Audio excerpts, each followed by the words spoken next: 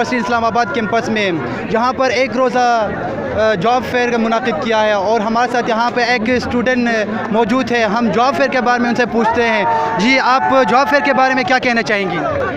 ये job fair होना चाहिए क्योंकि हम बिजनेस के स्टूडेंट्स हैं, तो हमारे लिए फिर हमें एक्सपीरियंस होता है कि हम आगे कैसे बिजनेस करें, इसलिए जॉब फेयर होना चाहिए। आप कैसा फीलिंग करें कि आज वफाकी उर्दू यूनिवर्सिटी में एक रोज़ा यहाँ पे जॉब फेयर मुनाकिद किए? तो आज साल बाद हुआ है ये जॉब फेयर, तो हमें अच्छा लग रहा है, बहुत ज़्यादा होना चाहिए।